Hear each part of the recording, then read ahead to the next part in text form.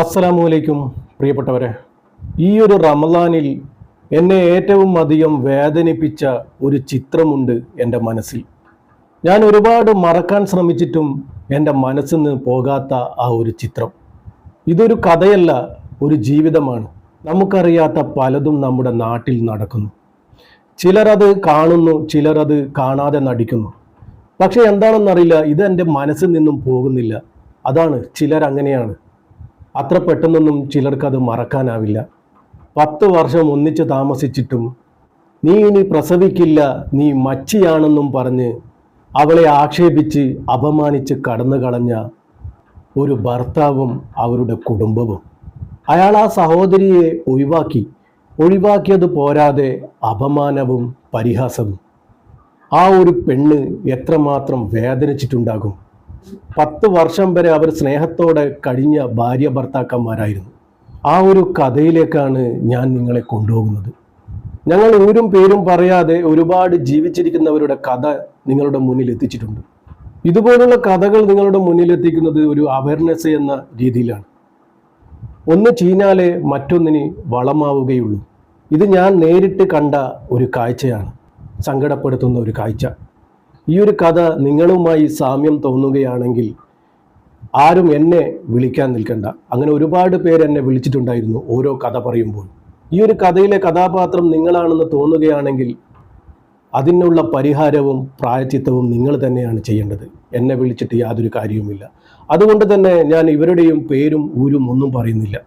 അപ്പോൾ നമ്മൾ ആ ഒരു കുടുംബത്തിലേക്ക് കയറി ചെല്ലുകയാണ്. ഈ ഒരു റമദാനിലായിരുന്നു സംഭവം. എന്നെ ഒരുപാട് ആളുകൾ സക്കാത്തിൻ്റെ പൈസ ഏൽപ്പിക്കാറുണ്ട്. ഇവർക്ക് കൊടുക്കാൻ വേണ്ടിയുള്ള സക്കാത്തിൻ്റെ പൈസയുമായിട്ടായിരുന്നു ആ ഒരു കുടുംബത്തിലേക്ക് ഞാൻ ചെല്ലുന്നത്. കാടും മൊട്ടയുമുള്ള ഒരു കുന്നു പ്രദേശത്തായിരുന്നു അവരുടെ വീട്. ആ വീട്ടിലേക്കാണ് ഞാൻ പോകുന്നത്. അങ്ങനെ ഞാൻ ആ വീട്ടിലേക്ക് എത്തുകയാണ്. ഒരുപാട് ഞാൻ വിളിച്ചു നോക്കി, ബെല്ലടിച്ചു നോക്കി. ആരും തുറക്കുന്നില്ല. വാതിൽ മെല്ലെ ചാരി വെച്ചിട്ടുണ്ടായിരുന്നു. ഞാൻ മെല്ലെ തുറന്നു. അകത്തേക്ക് തലയിട്ട് ഞാൻ ഒരുപാട് വിളിച്ചു നോക്കി. എന്നിട്ടും ആരുടെയും അനക്കവും കണ്ടില്ല. അങ്ങനെ ഞാൻ വലത് കാല് വെച്ച് മെല്ലെ ആ വീട്ടിലേക്ക് കയറുകയാണ്. ആ വീട്ടിൽ 2 മുറികളാണ്. ആ വീട്ടിലേക്ക് കയറിയതും വല്ലാത്തൊരു സ്മെല്ല് എനിക്ക് ഫീൽ ചെയ്തു. മലമൂത്ര വിസർജനത്തിൻ്റെ സ്മെല്ല്. അങ്ങനെ ഞാൻ ഒട്ടും മടി കാണിക്കാതെ ആ വീട്ടിനകത്തേക്ക് കയറുകയാണ്. എനിക്ക് എന്തെന്നായാലും ഈ ഒരു പൈസ ഇവർക്ക് ഏൽപ്പിക്കണം. എന്നോടുള്ള വിശ്വാസമാണ് എന്നെ ഈ സക്കാത്തിൻ്റെ പൈസ ഏൽപ്പിച്ചത്. അതുകൊണ്ട് തന്നെ ഇവർക്ക് കൊടുക്കലും എൻ്റെ ഒരു കടമയാണ്. അങ്ങനെ ആ റൂമിലേക്ക് ഞാൻ കയറിയപ്പോൾ കണ്ട കാഴ്ച എനിക്ക് നിങ്ങളെ പറഞ്ഞറിയിക്കാൻ പറ്റാത്ത ഒരു കാഴ്ച. ഒരു കടക്കയിൽ കടന്നിരിക്കുകയാണ് ഉമ്മയും മകളും. വല്ലാത്തൊരു കോലമായിരുന്നു, വല്ലാത്തൊരു വേഷമായിരുന്നു, വല്ലാത്തൊരു സ്മെല്ലായിരുന്നു ആ റൂമിൽ. എന്നെ കണ്ടതും അവർ എഴുന്നേൽക്കാൻ ഒരുപാട് ശ്രമിച്ചു, പക്ഷെ പറ്റുന്നില്ല. 2 പേരും, ഉമ്മയും മകളും, രോഗാവസ്ഥയിലായിരുന്നു.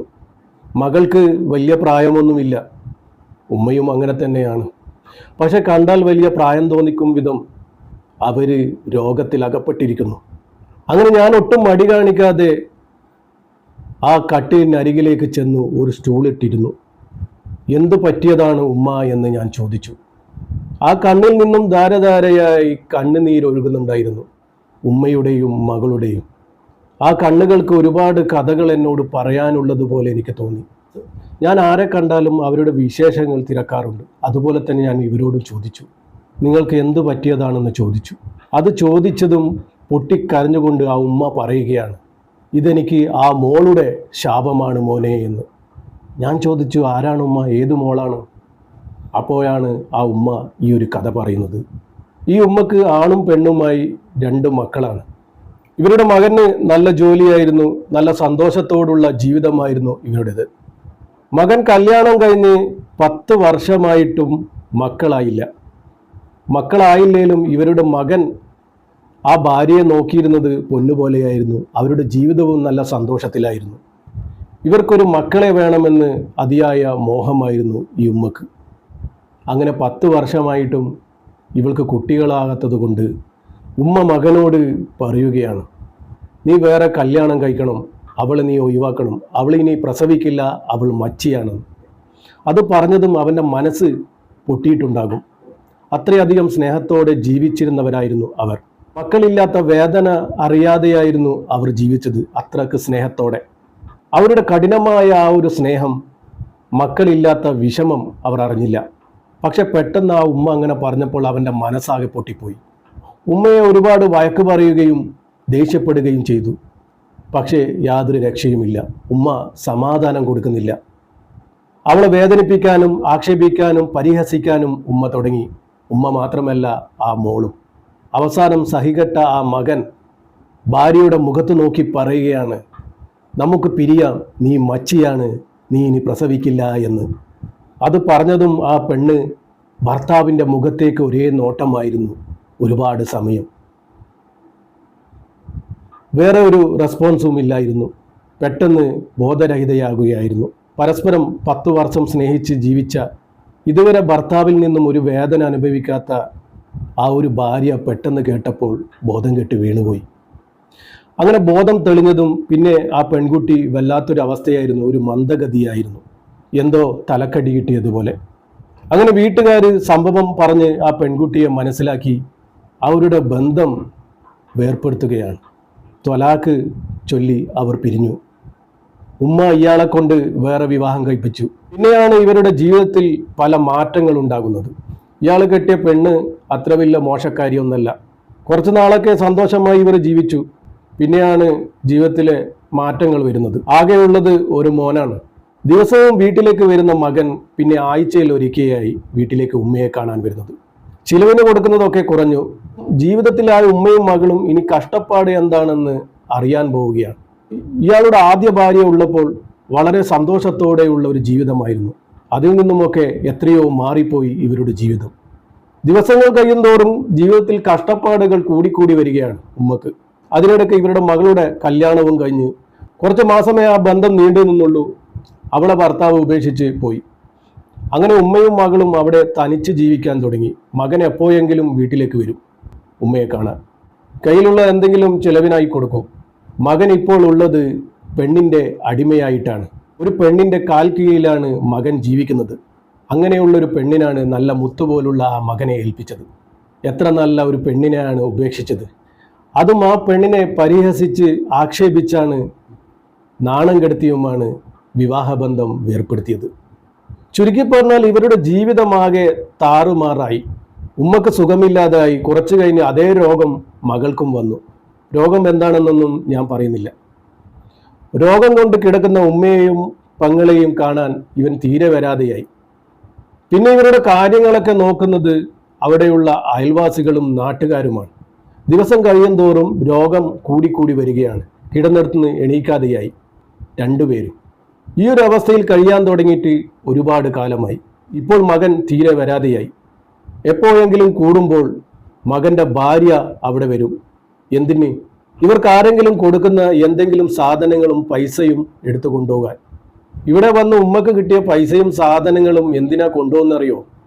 ഈ ഉമ്മയുടെ മകനും അവിടെ കടത്തത്തിലായിട്ടാണുള്ളത്. സുഖമില്ലാതെ, അസുഖമായി. കുറച്ച് നാളുകളായത്രേ ആ മകനും രോഗാവസ്ഥയിൽ കിടക്കുന്നത്. കാലും കൈയും തളർന്ന രീതിയിൽ കിടപ്പിലായത്രേ ആ മകൻ. എന്നിട്ട് ആ ഉമ്മ പറയാണ്, പടച്ച റബ്ബ് തന്ന ശിക്ഷയാണ് മോനെ എനിക്ക്. ഞാൻ ചോദിച്ച, ഉമ്മ നിങ്ങൾക്ക് റമദാൻ തുടങ്ങിയിട്ട് ആളുകൾ സാധനങ്ങളൊക്കെ തരുന്നുണ്ടോ, പൈസയൊക്കെ തരുന്നുണ്ടോ? അപ്പോൾ പറഞ്ഞു, ഒക്കെ തരുന്നുണ്ട് മോനെ, എല്ലാം അവൾ കൊണ്ടുപോവുകയാണെന്ന്. അപ്പോൾ നിങ്ങളുടെ ജീവിതം എങ്ങനെ കഴിയുന്നു എന്ന് ചോദിച്ചപ്പോൾ പറഞ്ഞു, ഇവിടുത്തെ അയൽവാസികൾ ഞങ്ങളെ നോക്കുമെന്ന്. ഓരോ ദിവസത്തെ ഭക്ഷണം ഓരോ വീട്ടിലെ ആളുകൾ കൊണ്ടുപോയി കൊടുക്കും. അങ്ങനെ ഞാൻ സക്കാത്തിൻ്റെ പൈസ ആ ഉമ്മയുടെ കയ്യിൽ കൊടുത്തു. അങ്ങനെ ഞാൻ ഉമ്മയോട് ആദ്യ ഭാര്യയെക്കുറിച്ച് ഞാൻ ചോദിച്ചു. ആദ്യ ഭാര്യയെക്കുറിച്ച് ചോദിച്ചപ്പോൾ ഒരുപാട് കരഞ്ഞുകൊണ്ട് ആ ഭാര്യയെക്കുറിച്ച് നല്ല നല്ല കാര്യങ്ങളായിരുന്നു എന്നോട് പറഞ്ഞത്. അത്രയ്ക്ക് നല്ലൊരു കുട്ടിയെയാണ് ഞാൻ മച്ചിയാണെന്നും പറഞ്ഞ് ഒഴിവാക്കിയത് എന്ന്. ആ മോളുണ്ടെങ്കിൽ എനിക്ക് ഈ ഒരു അവസ്ഥ ഉണ്ടാകില്ല. നമ്മൾ ഇന്ന് ഇങ്ങനെ ജീവിക്കേണ്ടി വരില്ല. നമ്മൾ എവിടെയെങ്കിലും എത്തിയിട്ടുണ്ടാകുമെന്ന്. അവൾ ഇപ്പോൾ എങ്ങനെ ജീവിക്കുന്നു എന്ന് ചോദിച്ചപ്പോൾ ആ ഉമ്മ പറഞ്ഞു, പല അടുക്കളയിലായി ജോലി ചെയ്ത് അവൾ ജീവിതം മുന്നോട്ട് പോകുന്നു എന്ന്. ഈ ഒരു കഥ പറഞ്ഞപ്പോൾ എൻ്റെ മനസ്സിൽ പതിഞ്ഞതാണ്. എൻ്റെ മനസ്സിൽ പതിഞ്ഞ കഥകളാണ് എനിക്ക് നിങ്ങളോട് പറയാൻ പറ്റുകയുള്ളൂ. ആ പെൺകുട്ടിയെ ഒഴിവാക്കുക മാത്രമല്ല ചെയ്തത്, ആ ഉമ്മയുടെ വായിൽ നിന്നും വന്നത് എന്താണ്? നീ മച്ചിയാണെന്നും പറഞ്ഞു.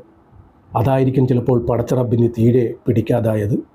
ഞാനിപ്പോൾ ഈ കഥ പറയുമ്പോൾ ആ ഉമ്മയും മകളും അവിടെ കടക്കുന്നതായി ഞാൻ കാണുകയാണ് എൻ്റെ മനസ്സിൽ. ഈ കഥ നിങ്ങൾ കേട്ടപ്പോൾ അവരുടെ മുഖം നിങ്ങളുടെ മനസ്സിൽ തെളിഞ്ഞിട്ടുണ്ടാവില്ലേ? അവരിന്നും ഈ ഒരു നിമിഷവും അവിടെ ജീവിച്ചുകൊണ്ടിരിക്കുകയാണ് ഇതുപോലെ. പടച്ച റബ്ബ് അവർക്ക് പുറത്തു കൊടുക്കട്ടെ, രോഗം ഷിഫയാക്കി കൊടുക്കട്ടെ ആമീൻ. ആ പെൺകുട്ടിക്ക് നല്ലൊരു ജീവിതം പടച്ച റബ്ബ് കൊടുക്കട്ടെ ആമീൻ. പറ്റുന്നവരൊക്കെ ദുആ ചെയ്യുക.